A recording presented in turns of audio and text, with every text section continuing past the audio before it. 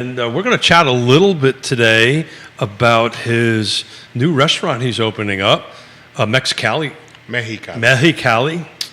I'll get that We'll right. get you straight. We'll get me straight, yeah. One of these days I'll learn English, and then we'll work on Spanish. It's okay. On the Spanish. But talk about that, and talk a little bit about how things are going out in Zion's Crossroads at El Mariachi. Did I do that one right? You got that one right. I got that one right. It's only been about 4 years? About 4 years, yeah. I am a little slow. Everybody gives me a hard time because I get names a little screwed up, and my kids, kind of went through their whole life that I would call them different names, even the dog. Every once in a while, it ended up going, "Hey, you," to come on over here. But we're going to talk a little bit about that, how things are coming along, and you just did a trip out to California. Yep, I did. And let's talk a little bit while we're waiting for tapping shoulders on folks. Tell us a little bit about what's going on in California. Yeah, well, that was a nice little change of momentum. Going down there, checking out some new spots. Cali, like I was talking to Judah this morning, Cali's changed a little bit. When was the last time you were there? 10 years. Wow. Yeah, went about 10 years ago. And that's L.A., right? L.A., yeah. L.A., yeah. I was born in Hollister, and then we moved down to L.A. 4 or 5 years. No, it's changed. You can see that COVID has affected it. Down Olivera Street, where it's the historic Mexican downtown kind of. Yeah, a lot of places that I went to 10 years ago they're still open, but they've changed there. So what we're going to do is we're going to let Judah count us in on the intro, and we'll start live, and we're waiting for our partner in crime to show up. He's at a board meeting, so he's left us alone. Yeah. Hey, so I don't know if that's a good thing or a bad thing. Nothing good can come of that. So we'll let Judah call us in, and while we're doing it, just something to think about. This is a real estate show. I just opened up my Paragon for the first time, and there's only 25 homes that came on the market in the last 7 days. I don't think I've ever seen it that low. But we'll let Judah call us in, and then we'll do the 1, 2, 3, and we'll watch his fingers. And it would be great if Judah had a microphone in front of him. All right. We won't tell Jerry when he gets here. Yeah. We say you were fully prepped. Quiet on the set. Thank you, Judah. 25 homes, man. I keep a picture, Johnny, of week over week, and I'm going to take a look at it here once the cameras go live. But I do not remember seeing that many small homes, less homes on the market. Good morning, everybody. Welcome to Real Talks with Keith Smith. If you're wondering why Jerry isn't calling you in, because he's in the middle of a board meeting, he left us alone, so watch out. But my guest today is Johnny Ornalis, brother from another mother, and we're going to talk a little bit about a couple of great restaurants that he is part of and owns, and one that he's getting ready to bring live to everybody, I think in January, but we'll let Johnny tell us that.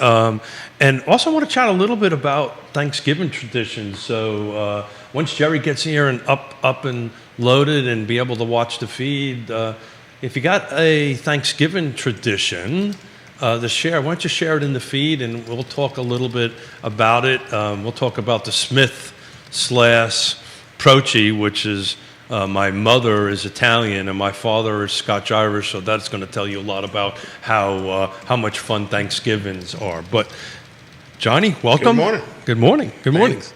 So we were talking in the run-up. You just came back from California. Just came back from Cali, yeah. We took a little, I took a little adventuring out to California. You brought River with you, didn't you? Yeah. I didn't get a call for bail money, so I guess it went okay. I had a little, safety. Yeah, a little stash hidden back. I went to Cali, and River caught up with me up there, and I actually did a lot of running around the first 2 days. Went into Superior equipment company there, and they walked me through the whole factory setup for tortilla machines and all that stuff. So it was good. But you also were doing some menu kind of. We're doing tasting. some menu. Yeah, we're looking into, like we've said before, we're trying to bring some of the Cali vibe into Charlottesville. A little bit of home for me into home. We came back with some good ideas. They're doing a lot of stuff with drinks down there that we haven't seen over here. Unique things, not strange, unique. All right, I'm going to give it a shot. Mexicali? Mexicali. I'm going to write this down. Mexicali. There you go. So talk about the menu. What are you thinking you're going to do a little bit different there that we haven't seen in Charlottesville? Thank you for doing this, by the way. Oh, you're welcome. There's very unique things. Jackfruit is one of those things that I'm starting to experiment with. Well, what's that now? Jackfruit. I'm sorry. I may not be the only person that doesn't know that. On the set, I may be the only person that knows that. So it's a fruit. Obviously. It's a prickly, large, thorny fruit, and it's called a jackfruit. Jackfruit, and they use it a lot. I was introduced to it in Mexico, and in the tropical areas, and it's one of those interesting fruits that you taste it raw, and it's like you get all these flavors out of it. I had looked at it before, and I ran into it there, and we're going to be doing some interesting things, some vegetarian options with jackfruit. So into like the tacos and different items there too.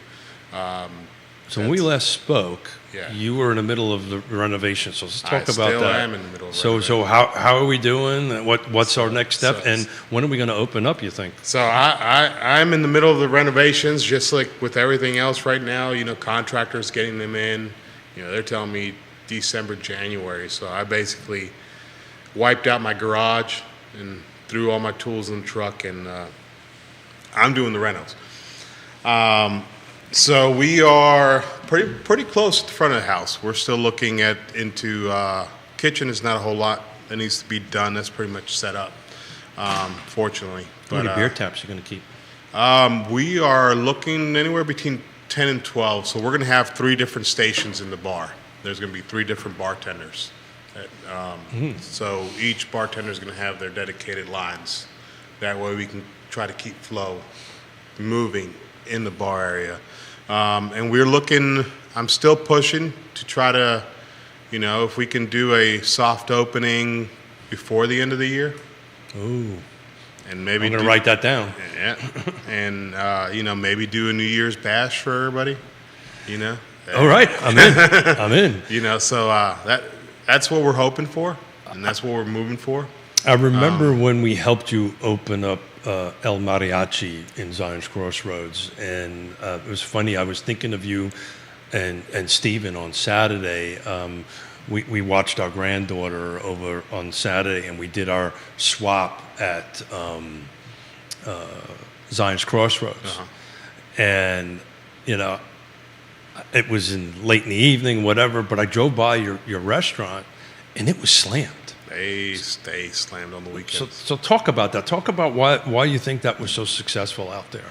Because everybody was questioning us doing this. Yeah, Zion's Crossroads, it's growing. It's been growing, and there's that need as well. You got people traveling into Charlottesville from Zion's Crossroads, people driving into Zion's Crossroads for a certain time. I mean, the distribution center's there.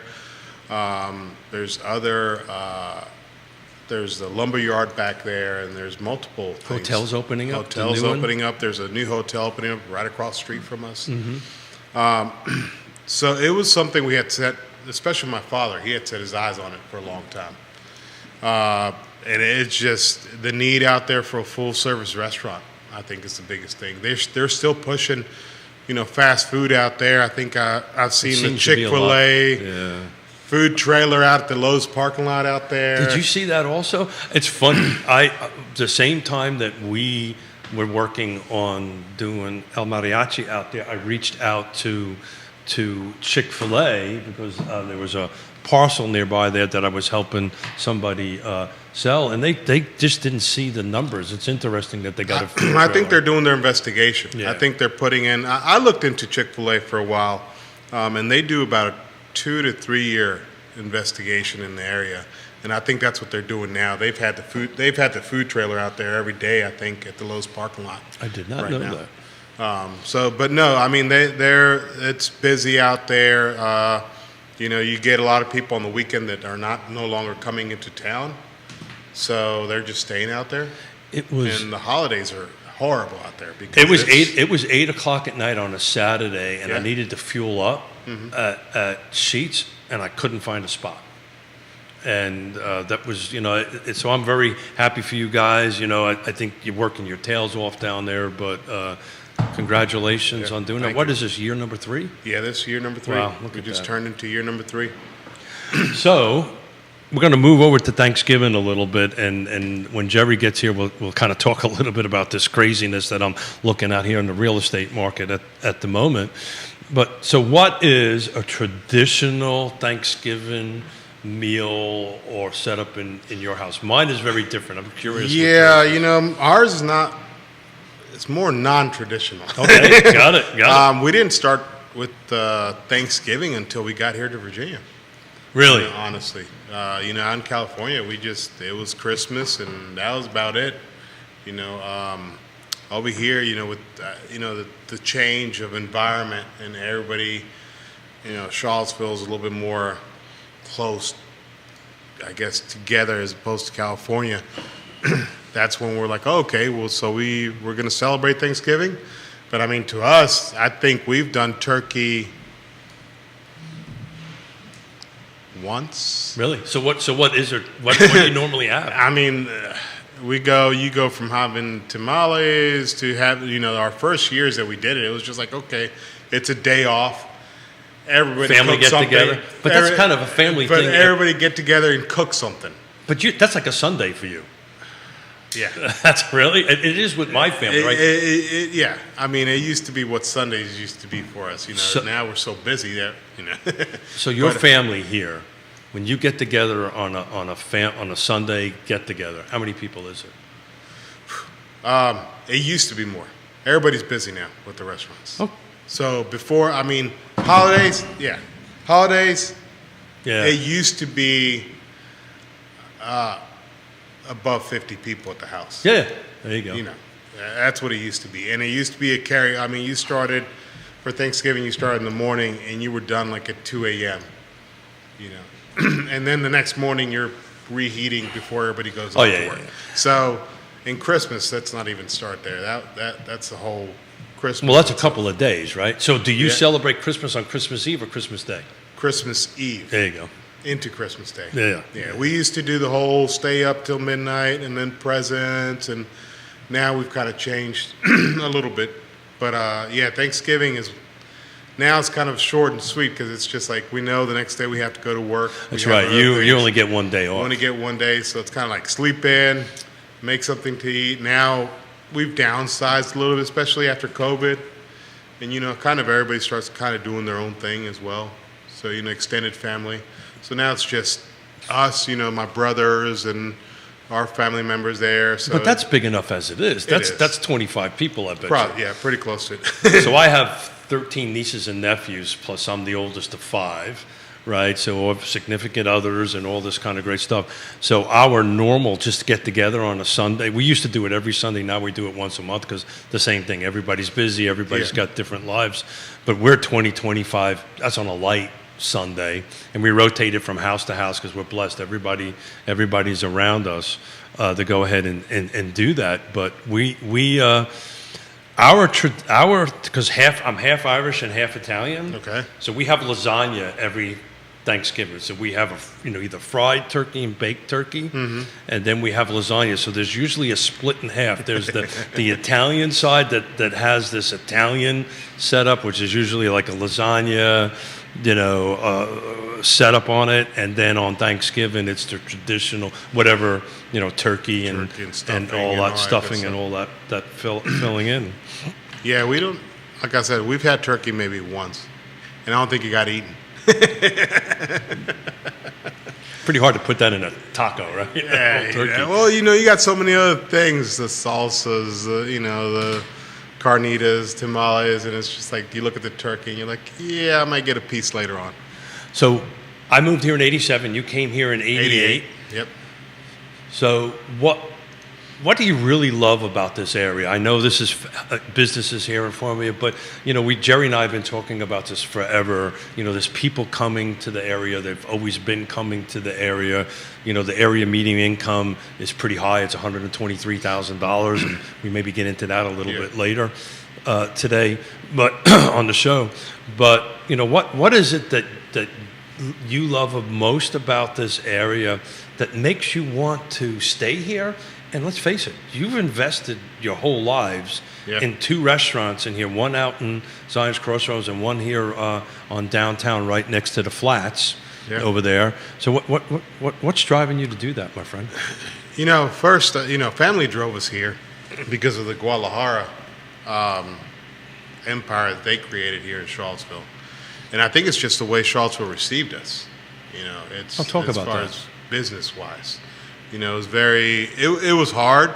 And as far as coming from California and, Charlottesville wasn't that, I would say it was diverse, but it wasn't ready for some of the diversity that was coming in. I had a German ESOL teacher teaching me English. Let me get this straight. You had a German? It wasn't my wife, was it? No. Okay, you had a German-speaking person trying to teach you how to speak English. Yeah. Is that person around still? Maybe she can help me, or he can help me. Mr. Hein.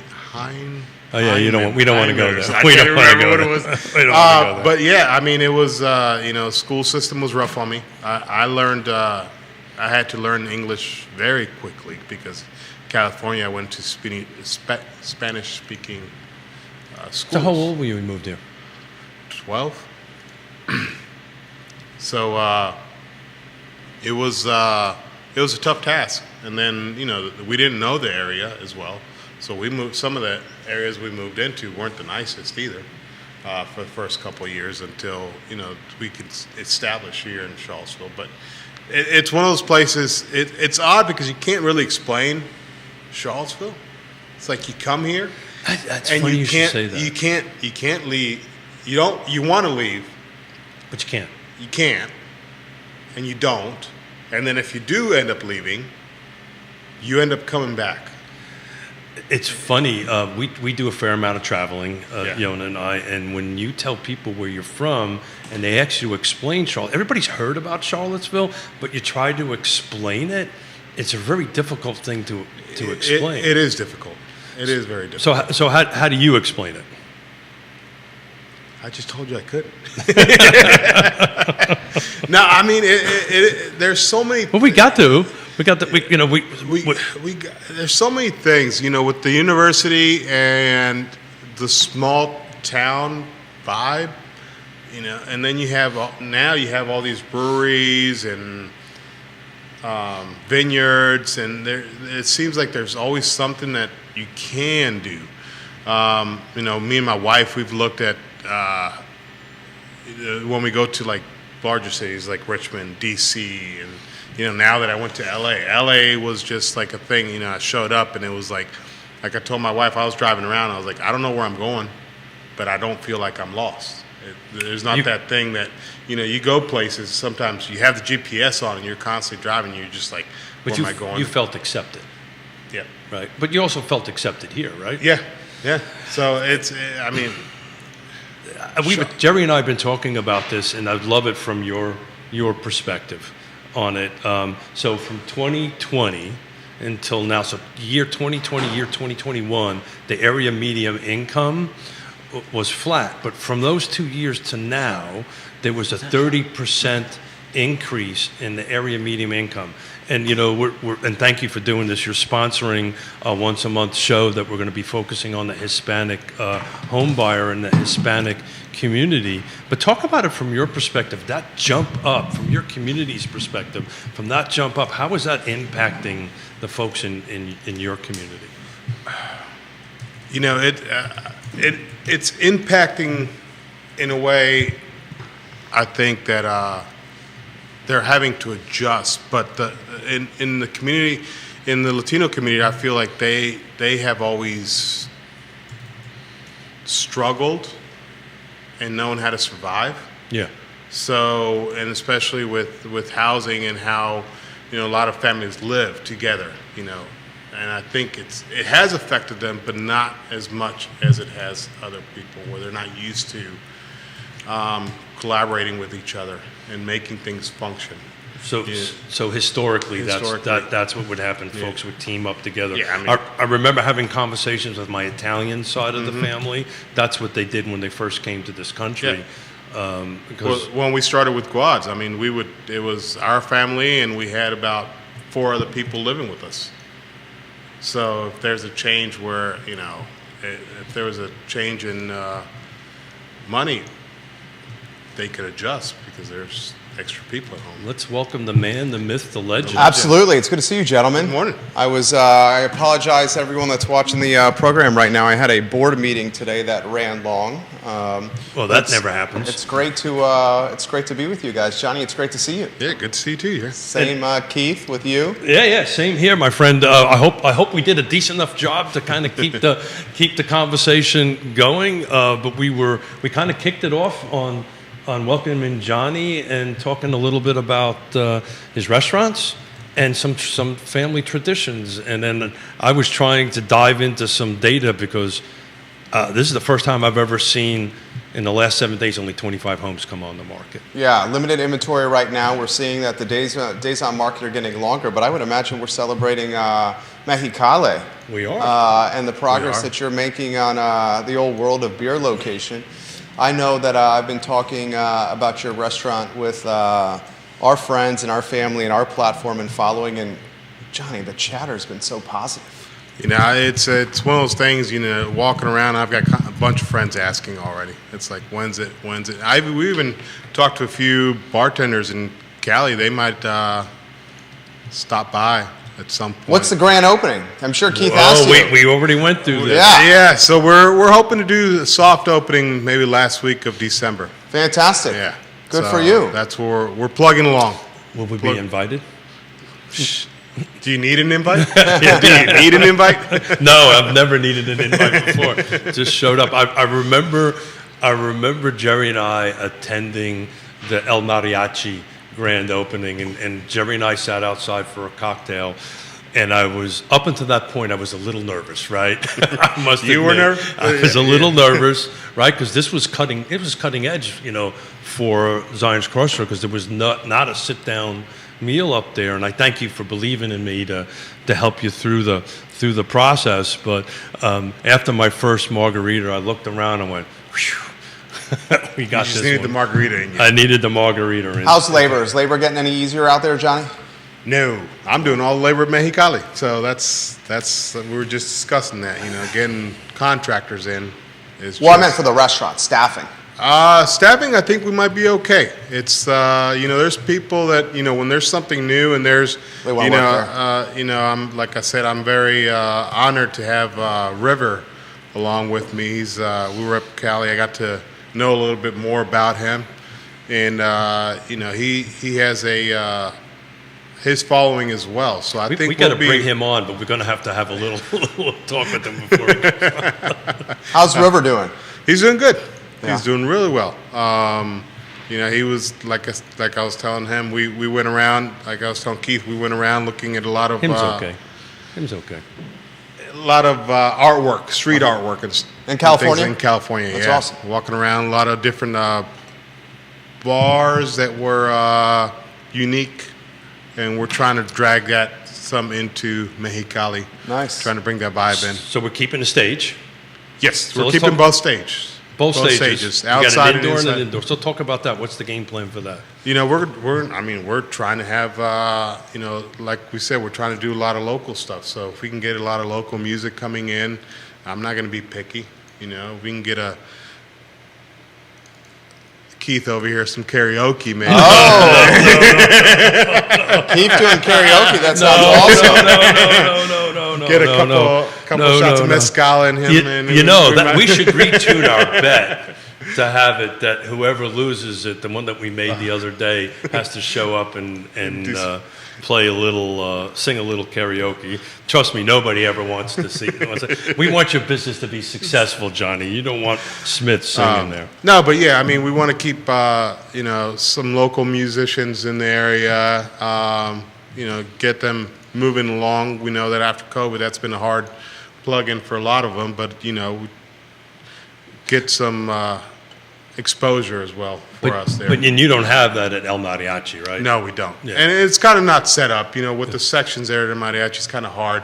Mexicali, it's a lot more open. You know, we have the space is open, and then also we have the large doors, that accordion doors that connect the patio to the dining area as well. So That's I like think that's like 1,800 square feet of patio, right? 1,800 square feet in patio, and then another 1,800 square feet inside. So, you know, we're planning on doing some, you know, maybe once a month events for the community in the patio, you know, bringing in some of these local businesses that want to come out and, you know, showcase their product as well there in the patio and have some music, have a little mini market or something there in the patio. So I'm going to change gears a little bit on you. How can I, from your perspective, how can I, as a real estate professional, best help your community buy a home? That's a tough one. That is a very tough one Speak from the because heart. the first thing is getting in the door. That's the biggest thing, and I think it starts with educating the Latino community. You know, some of these we try to educate to a certain point, but there's some things that don't quite sink in. Trust. You know, the whole setting. You know, when me and my wife first bought our home, we went through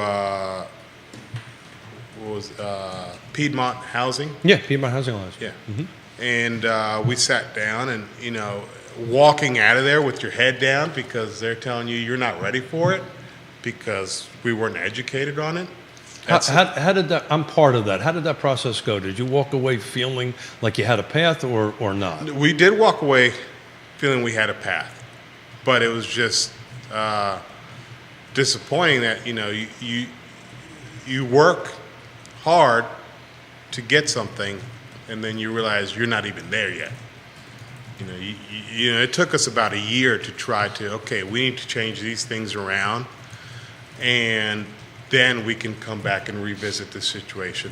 So the educational part of it is, I think, the big key in trying to help the Latino community. So I'm looking at a into the market. report from 2022, the end of 2022, that Hispanic ownership rose to a rate of 48.86%. So the Hispanic purchaser is and it's interesting, if you read the article, it talks about how it navigates the affordability crisis that we're doing at the moment. And a lot of it has to do with folks living together, pooling up their money, but maybe not understanding 100% what's available to them, you know, as far as options go. So how can we best communicate? I think what it brings down to, I think it's just going to, you know, some of these communities and some of these events that, you know, I got my other COVID shot the other day, and I went down to Southwood. And they were doing their community clinic there. And I think it's tag teaming maybe with some of those events that they're doing to be able to talk to them and converse with them, and, you know, maybe not jump in and say, hey, do you want to buy a house? But, of course. hey, are you interested in? And we can try to navigate you The hard thing sometimes though with Latinos is you can say that, but then getting their Trust. trust to trust you that you're not trying to snag them into something else. So You it's, know. it's very interesting because that's very similar. The similar topic we're talking about is very similar with first-time home buyers, pretty much across the board. I can see where the Hispanic buyer is definitively more cautious, for Yeah. lack of a better term. But really, in my line of work, if you're first time I'm meeting you, and if I start talking about buying a house, then I'm not doing my job, right? I need to start discussing, what's in your life, right? The who, what, when, and where, and build a relationship with you and a trust in you. I mean, it's kind of like what we've done, right? Yeah. Over time. But, let's You- face. And I think a lot of people fear. I've got a lot of employees and everything that don't have bank accounts Wow. because they don't Trust. trust, and they listen. The thing with the Latino community too, a lot of times they listen to what's happening around and don't get the correct information about why it's happening, and then it's just like, I'll just stay away from that. I'll leave it alone. And I've tried to help some of my employees to, get an account, get a credit card, and get started. And it takes a while. Even though, I've worked with some of these employees 5+ years, even then it takes a while for them to kind of, okay, this is what I need to do. So, This is the path that I need to go into. And thank you for being here and thank you for doing this because this is something that I've been trying to figure out what to do and how to help. And we've got these skills, but Yep. I don't know how to translate it from here to help your community. Would something like I don't want to call it a first-time home buyer, but with some sort of seminar or some location, would people show up to that? if we Honestly, I promote it? think you need to start hitting the church. Oh, That's a great idea. I mean, just You don't start- stand next to me though. Lightning bolt might hit me. That's a great idea, Johnny.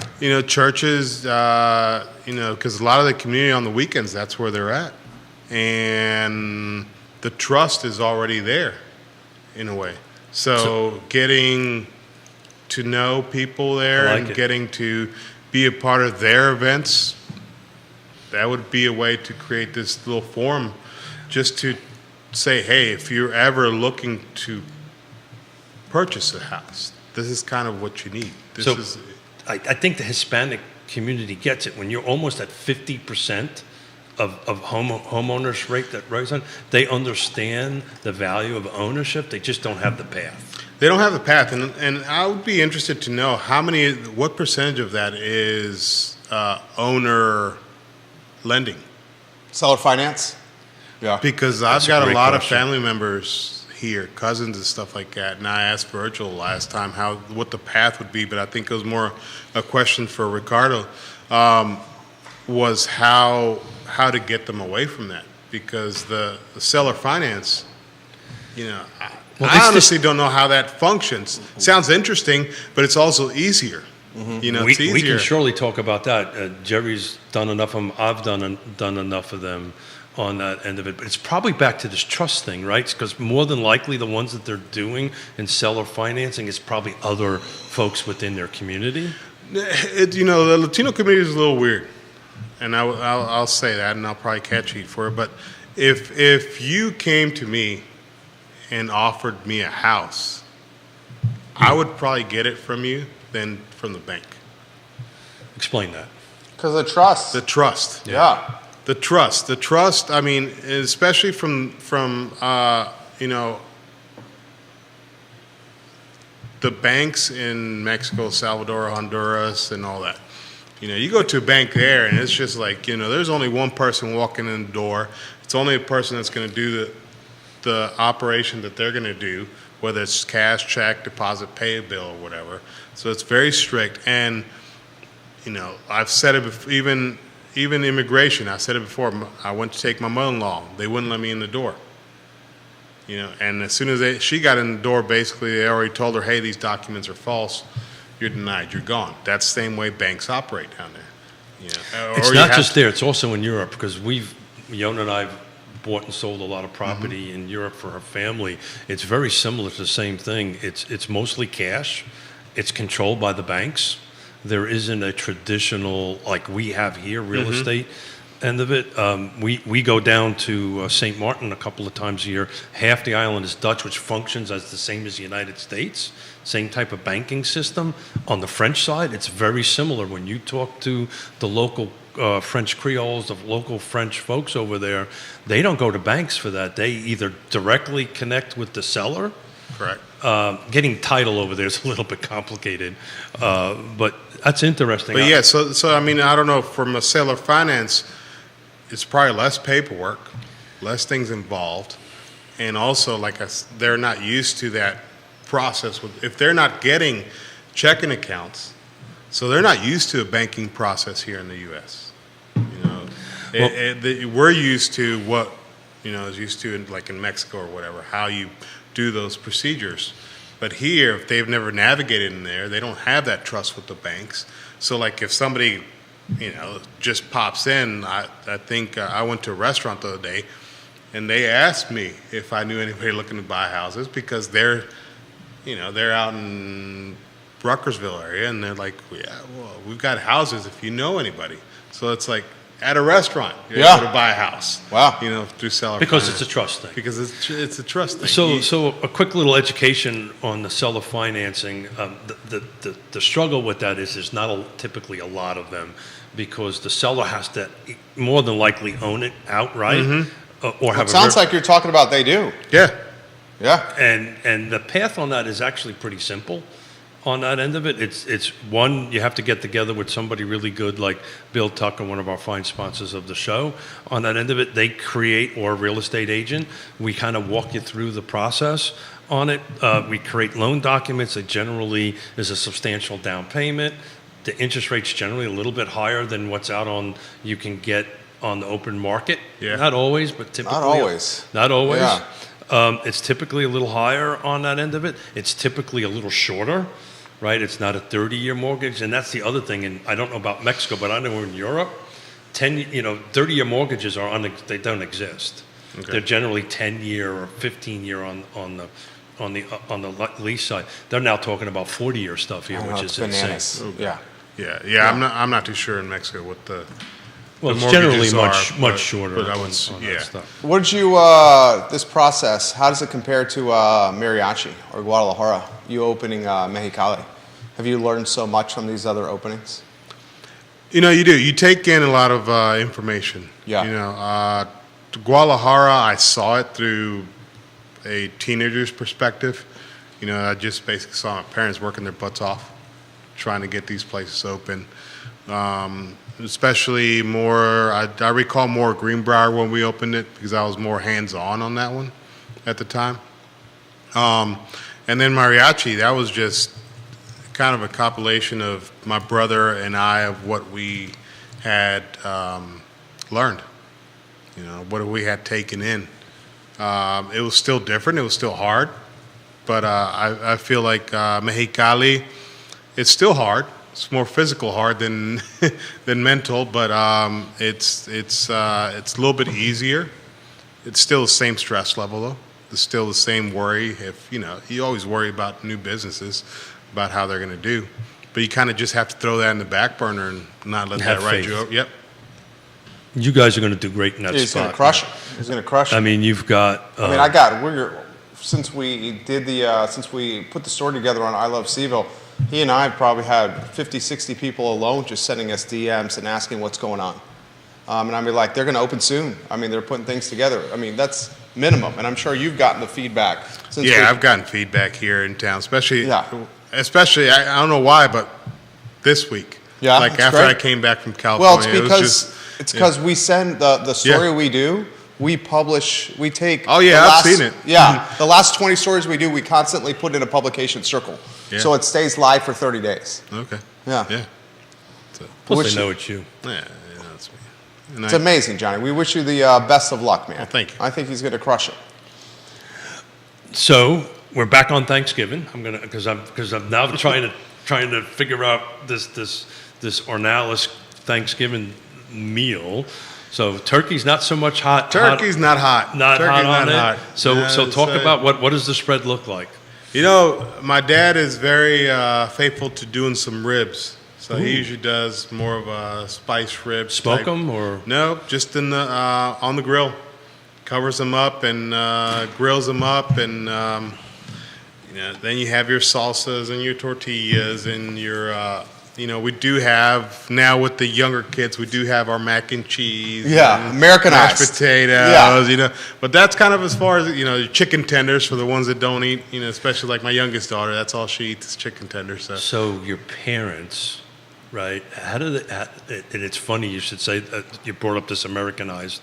So when we have conversations with my family that came from Italy or from Ireland, looking at our kids and our grandkids, the Americanization of it. How does that conversation go? Are they happy about it? Are they not? No, I mean after it wasn't so much a huge change. I guess it's been a slow change over the years, for my parents. So being here. Working in Charlottesville, and then I kind of didn't really pick up a lot of on the Americanized vibe because I grew up in California, and I grew up with them, I guess, used to their struggles and where they were working because they worked in farms in agricultural areas doing pecans, almonds, and all that, bell peppers and all that. So, but with my younger brothers, it kind of started to sink in a little bit. They were kind of, my youngest brother was 2 years old, I think, when we moved here, Stephen. So, How old, Stephen? Steve is, you're going to put me on a hot spot now. Oh, no, no, don't do that. He's 36. Okay. 36, yeah. So they kind of, we kept our culture pretty strong. So they kind of mellowed into it. And now, of course, our kids, we're still kind of trying to hold it strong. We don't stress out too much on it. But you do get more of the American kind of. So the reason I bring that up is Yona is a naturalized citizen. And believe me, it took us almost 20 years for her to become a naturalized citizen. Folks who've never gone through that do not understand it's a long path. how difficult that is. But it was very important to Yona and I that the kids never lost their Austrian heritage, and so much so they speak German, and we used to send them back there to go ahead and spend time with the family. And there's certain traditions, we're talking about it, and it's a Christmas tradition, and we'll just get this out, and Lenny freaks out, my father freaks out. Pop. So in Europe, Germanic countries, they put actual candles on trees. Oh. Yeah. That's bananas. That sounds like a fire waiting to happen. and this is a thing, and it happens, and the funny thing is, our oldest daughter and our youngest daughter are following that tradition. We're all going to have, fire extinguishers and all that stuff. But Johnny, I just wanted to kind of Jerry and I was going to wrap up the second half of the show. I just wanted to kind of bring you in and thank you for everything you're doing. Thank you for what you're sponsoring the show, and also thank you for helping your community. This whole church thing really got my head spinning, and I think what I'd like to do is offline. If you can go ahead and give me a list of churches, we'll bring Ricardo in there because they surely don't want to hear from me. Maybe they do. Yeah. You'd be surprised. Robert Mosby giving you props. Johan Torres, Ellie Lopez, Troy Robinson, Juan Sarmiento says he can't wait for you to open. I mean, so many comments on the feed about this. Johnny, you are beloved in this community. Well, thank you. Yeah, I love the community too. Juan says, tell Johnny thank you for bringing Latino owners to the forefront of Charlottesville. Troy Robinson, who's in the food game, says Seville is 5 different ecosystems. Yeah, is what he says right there. 5 different ecosystems. Yeah, I like that. Troy, we got to get you on the show one day. Johnny, thank you. Yes, sir. Yeah. absolutely. Johnny Thank you, Ornelas, guys. guys. We're going to talk about the fact that we got no houses to buy. That's good. Mexicali. We cannot wait for Mexicali to open, guys, in the Old World of Beer location. Judah, if you go to the studio camera and then a two-shot, he was absolutely fantastic. Keith Smith, inventory even tighter, my friend. It is even tight. Thank you, brother. Thank you. I just did some quick math. I'm sorry, but I've got this whole church thing running through my head because I really want to figure out how we can help the Latino or the Hispanic community. I just looked at this same week last year, we're 30% off. Last week we had 64 houses that came on the market. We've got 25 that are on now. So look, I think the market is in this timeout phase. I will tell you though, Jerry, my phone's been ringing off the hook. So our activity of buyers being interested in finding out the market and what's going on in the market is upticked. I don't know if any other real estate agents that are watching out there are seeing that, but we're upticking big time. Thank you, Johnny. Appreciate it, brother. Thank you. So that's unique. That's something we haven't seen in the last couple of weeks, and the conversation's generally wrapped around: is this a good time to buy? So I don't know what that is. I think maybe it's this fact that the mortgage rate's been stabilized a little bit. It hasn't jumped up. It hasn't gone down much over the last few days that it did about this time last week. So this seems to be a pent up demand of buyers. But when I'm looking at 25 houses coming on, this inventory is just getting worse and worse. So more buyers, less homes. Considerably more buyers, considerably less homes on it. We were looking at numbers from 2020 to now that we're about 63% down in volume. I'll bet you when we run the end of November's numbers, I think that percentage is going to be higher when we add this extra month. I've been looking at this religiously for 3 years. I don't ever see I've never seen 25 homes come on the market. Maybe somebody on there can chime in and correct me if I'm wrong, but I've never seen in the last 7 days that low. Do you expect more after Christmas, though? Maybe it's the holiday lag right there.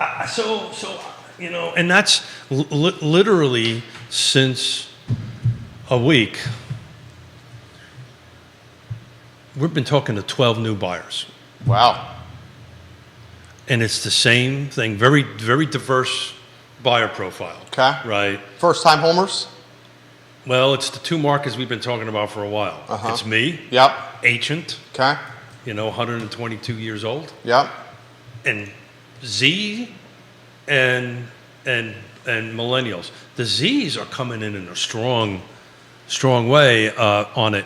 But and to the conversation we've had with Johnny, and I'm so thankful that he spent the first part of the show with me and helped me move the show along. So thank you to Johnny. But we're seeing the multi-generational conversation increase. So it's interesting. The millennial buyers that we're talking, it's pretty much split down the middle. About 12. It's about a dozen. Half are boomers and half are, let's say, Gen Zs and millennials. Both of them are always also having the same conversation about, okay, what does it look like if we ask mom and dad to move in with us? Right. Or what does it look like if we ask the millennials to move into it? And I think the conversation is generally not about money, it's about availability. Well, hold it. So if we're going to do that, the product that's available, the homes that are available, are even less meeting that criteria, right? So if we're looking for homes that either have an apartment in it, right, because generally these are adult children and then boomers, of course, they're looking for their own space, they're looking for their own whatever. So if you take a look at the 25 that came on the market, which I haven't, I can assure you there's probably less than a handful that meet that criteria. So this is just going to be a lot of education. The conversations we're having with these 12 buyers are, look, from my perspective, if you can find the right house, let's buy it, right? But finding the right house that meets the 6 criteria we talk about all the time takes Maybe that's the problem, is the punch list needs to be potentially whittled down a little bit. punch list. Look at that. Yeah, so Like that's checklist. well. So it's you're 100% right. So the buyers. So every one of these 12 that we've had that reached out to us over in the last 7 days on it, again, want all the same thing. They want the condition to be perfect. So what they're telling me is, I want the right location, I want the right price, I want the right features, and I want the right condition. And as far as timing goes, I'm willing to wait for it. Okay, if you're going to wait for it, that's not a problem. More buyers are going to come in the market as more inventory comes in the market. Plus, the price is going to go up because we're going to see an acceleration in price. We may not see double digits, but we're sure as heck going to see increase in price on it. So the thing is should we wait? But every one of them want to move in something. At least the ones that we have don't want to do any work. Oof. Well, think about it. No, I totally understand. I'm just paying saying premium dollar. that may not exist. So this is a matter of relationships, right? ABC, always being communication. Yeah. That's why the buyer's agent is so important about communicating and working the buyer through their expectation list. And you have to help them guide through it. Again, this is what my brain is turning about our conversation with Johnny, because I'm really trying to figure out how I can best help the Hispanic buyer. The problem is I don't speak Spanish, but help the Hispanic buyer, because it's a matter of education, Right. and helping them understand it's okay, right? It's okay to trust the system. Look, I'll be honest with you. We talk about this on the show all the time. We lost everything had from 2008 to 2010, right? I don't keep a lot of money in the bank, because guess what they did when things went bad? They took everything out of our accounts. So I get that understanding of it. We keep our money tied up in different places. Oh, Yeah. you know a guy? I know a guy. It's under your mattress, right? Well, you hope not. Yeah, well, if it is, it ain't there. You hope not. But yeah, so I can have this conversation about that. I've also lived under communism, where I understand what it's like for these entities to have this control over you. But it's okay to trust the system. They don't have a lot of reason to trust it. They've been kind of kicked around quite a bit, so I appreciate that. But I want to figure out a way that I can truly help and give back. And this church thing is a great freaking idea. So thank you, Johnny, for that. I just you might not want to stand next to me when the lightning bolts start. Well, no, you should go. Oh, come on. Start hitting. You should go to the church. I don't know. It's mostly Catholic, and I'm Catholic, and I can't tell you the last time I went to confession. So Woody Fitcham, hello. Hey, Woody. Gary Palmer, hello. Vanessa Parkhill, James Watson, Kevin Higgins, Jamie Turner, Lisa Costello, hello. Welcome to the show. Georgia Gilmer, Ray Cadell, Johnny, Betsy, great to see you. Trevor Knight, Johnny, hello. thanks for coming Nelson, in, man. John Neal, Jesse Rutherford, Mr. DL, Patty Rowe, welcome to the broadcast. Seth Liskey, great to see you this morning. Liza, Tyler, welcome to the broadcast. 30% off the same week. That's just blowing my mind. Give them the stat again. So last 7 days in our car footprint, only 25 homes came on the market. The same week last year, because I learned how to figure this thing out, is, hold on a second, let me make sure I get the right number in my trusty cards. Trusty cards was, hold on, Smith, 67. So we went from 64 to 25, which, according to my trusty spreadsheet that I've got here on the computer, is 30% difference. And you still think it's a good time to list right now? I do. Can't use the word but. Oh, by the way, Yvonne Weidel is taking a real estate exam this morning. Oh, fantastic. So Good we luck. need to Yvonne. keep our His fingers daughter's crossed. getting in the game. She's taking her state exam today. So anybody out there, please get some good vibes and wish her luck, because she's going to be a good one. But it's got to be in the right now. Look, location always matters. Micro location really matters right now.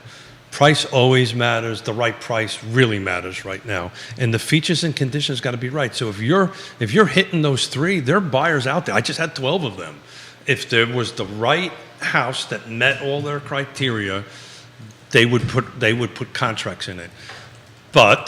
And they're just waiting for something else to happen. And the conversation that we have to have, Jerry, with them to navigate them. Okay, we're at the right location, we're at the right price, we're at the right features, but let's talk about the conditions. Okay, so is it a paint job, right? Or is it a new HVAC? Is it something that we have the skills and the tools to help you through that? Or is it a full kitchen reno? Is it something else that has to be done to help the house? And I can see how at this point that would scare somebody. So we have to help navigate the conversation and help them move through the process and say, okay, look, if anything, we're very honest and direct, right? So if we don't do this now, that is cool, right? We get it, we understand it. I think if you buy this house now, there's maybe $25,000 worth of work, right? Because I'm in the business, I can pretty much ballpark something pretty close right now. If you wait 6 months, is it going to cost you $25,000 more? And oh, by the way, you might still have to put, because the product is probably not going to increase, the type of product is probably not going to increase from now. So if you're ready to do it, it's always a good time. This one's a very good question here. Thomas Baker watching the program, and he says, for Keith, why are the homes that are on the market right now just not moving? We all check out Zillow and the various real estate apps, and it's clear the inventory is not selling. Yeah, so... He's basically saying there's buyers. Why aren't they selling? Yeah, buying. Why aren't they buying? Yeah. Right, yeah. So I think I'm trying to explain it. I think that much like the conversation we had with Johnny, they're just a little extra level of fright. They're a little afraid to do anything right now, and they're also waiting for something to happen which they don't know what it is. Right? But you're 100% right. I think and if the interest rate drops a little bit further, I think you're going to see people really coming into the market beginning of next year. Definitely in January. I think the spring market, as far as activity goes, is going to be in January.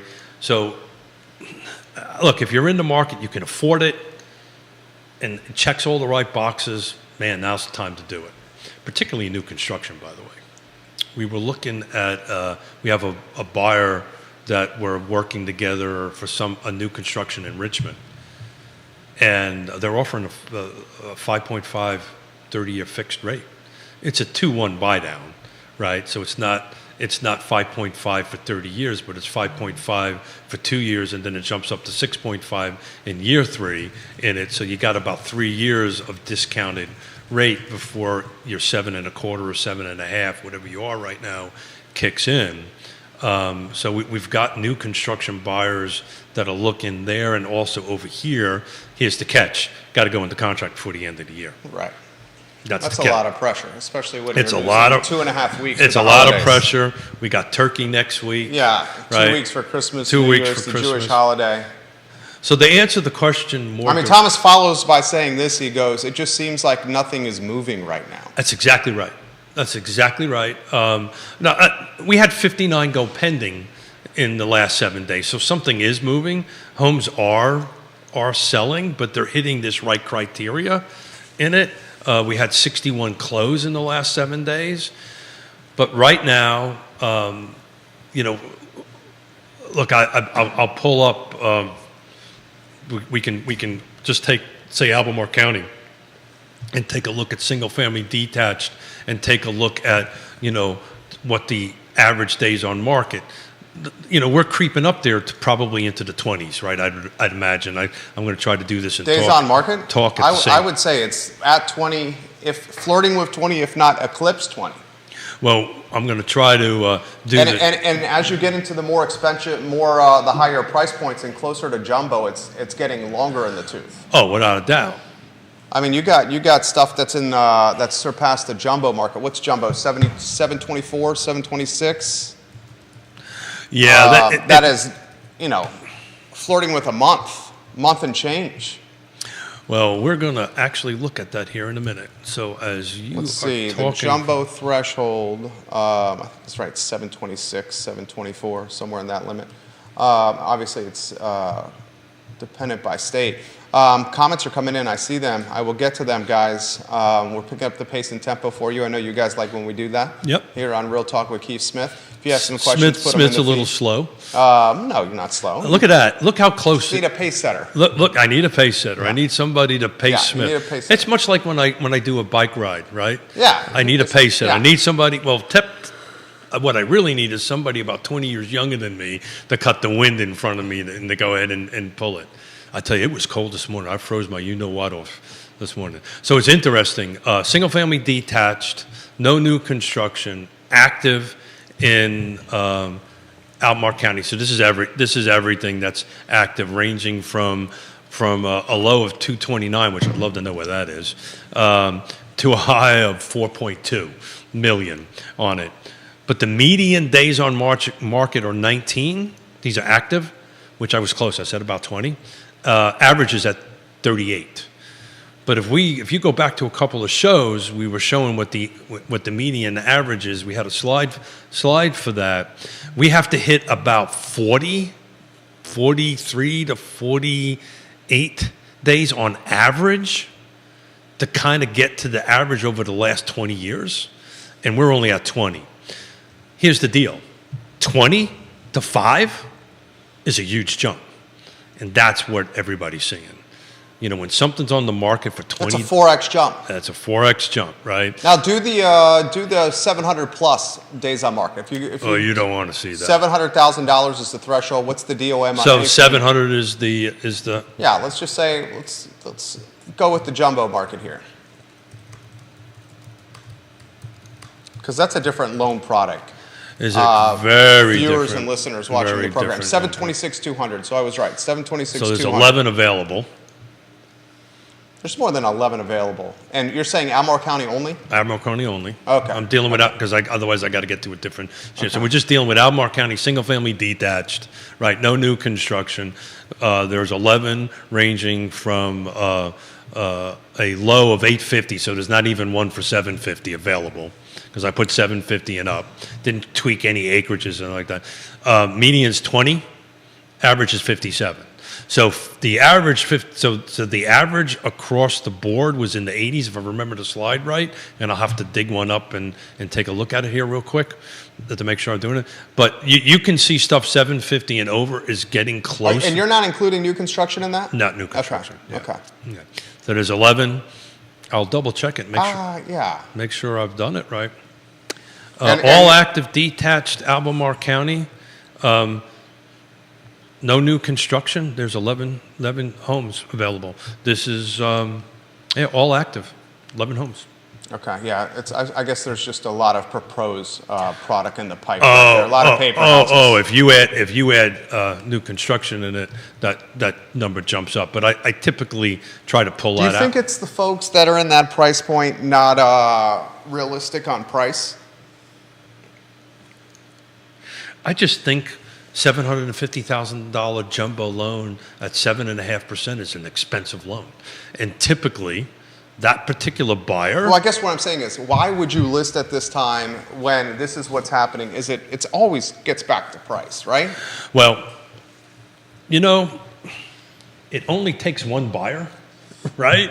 And I will, look, Jerry, I will tell you. We've had this conversation with a couple of listers that we're talking to right now.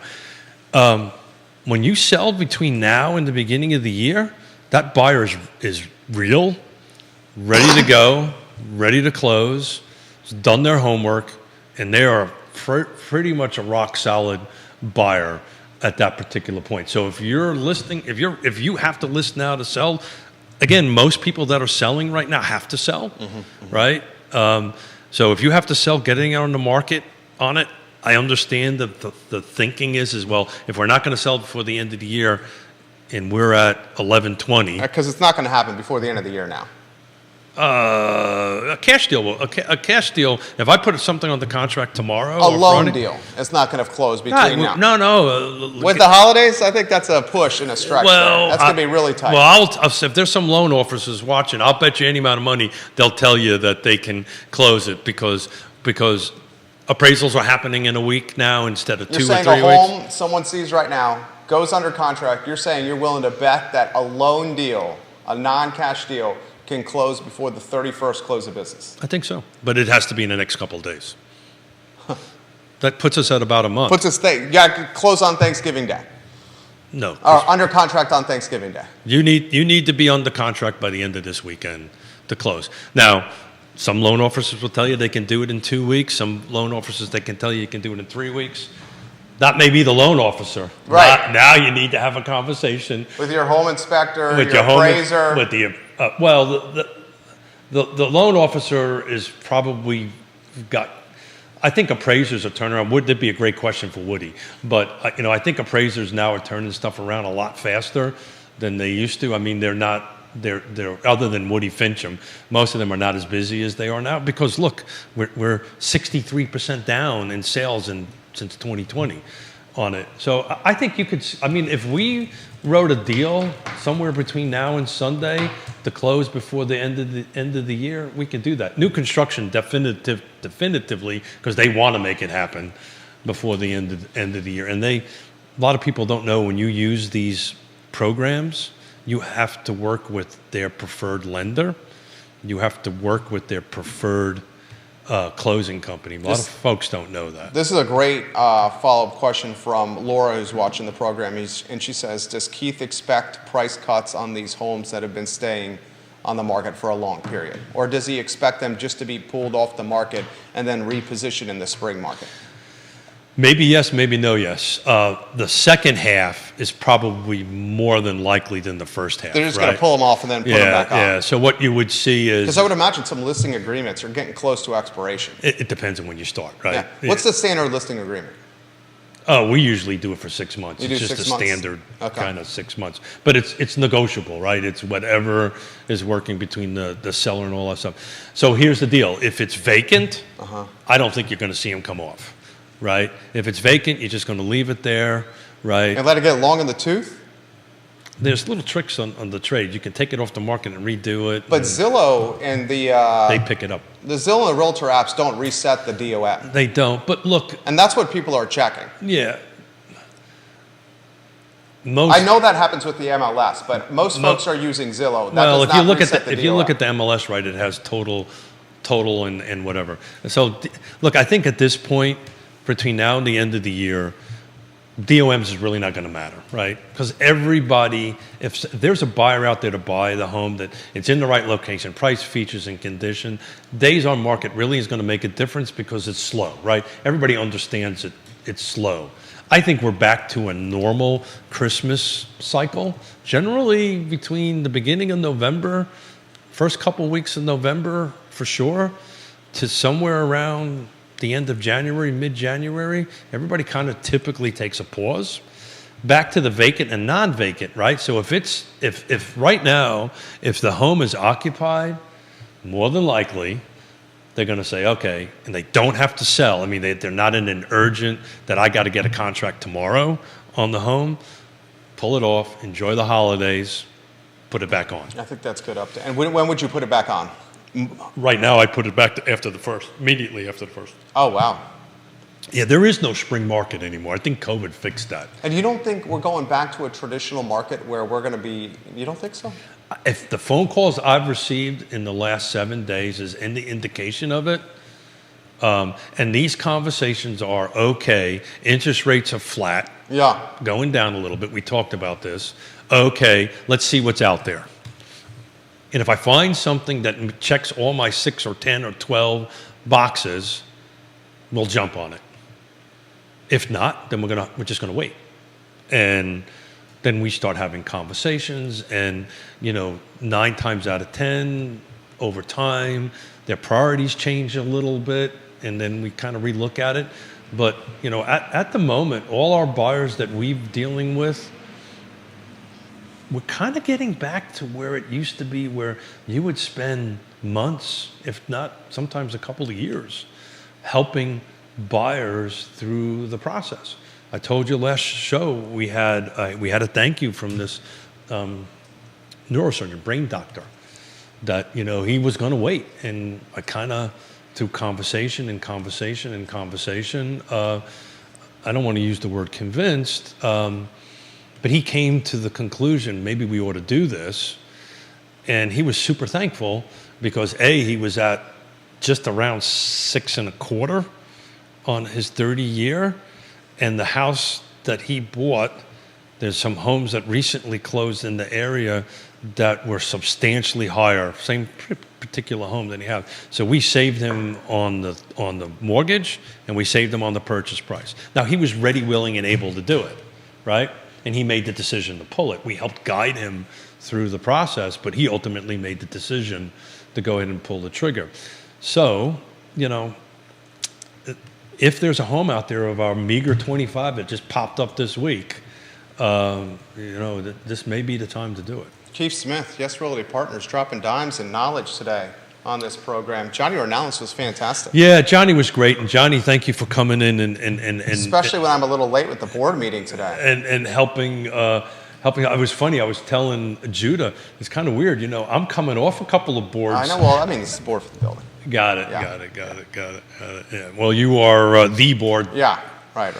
So 11:27. Absolutely. Thank you for coming in and saving my butt on the second half of the. Our pleasure. Second half of the show. And I saw the agents jump in when we started doing that back and forth right there, which was a pleasure, guys. And I'm always excited when the agents watch the property, watch the show.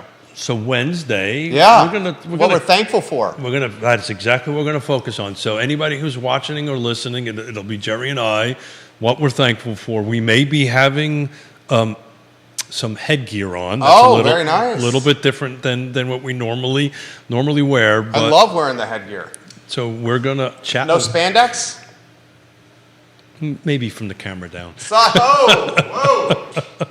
That's a topic for you and Yona. No.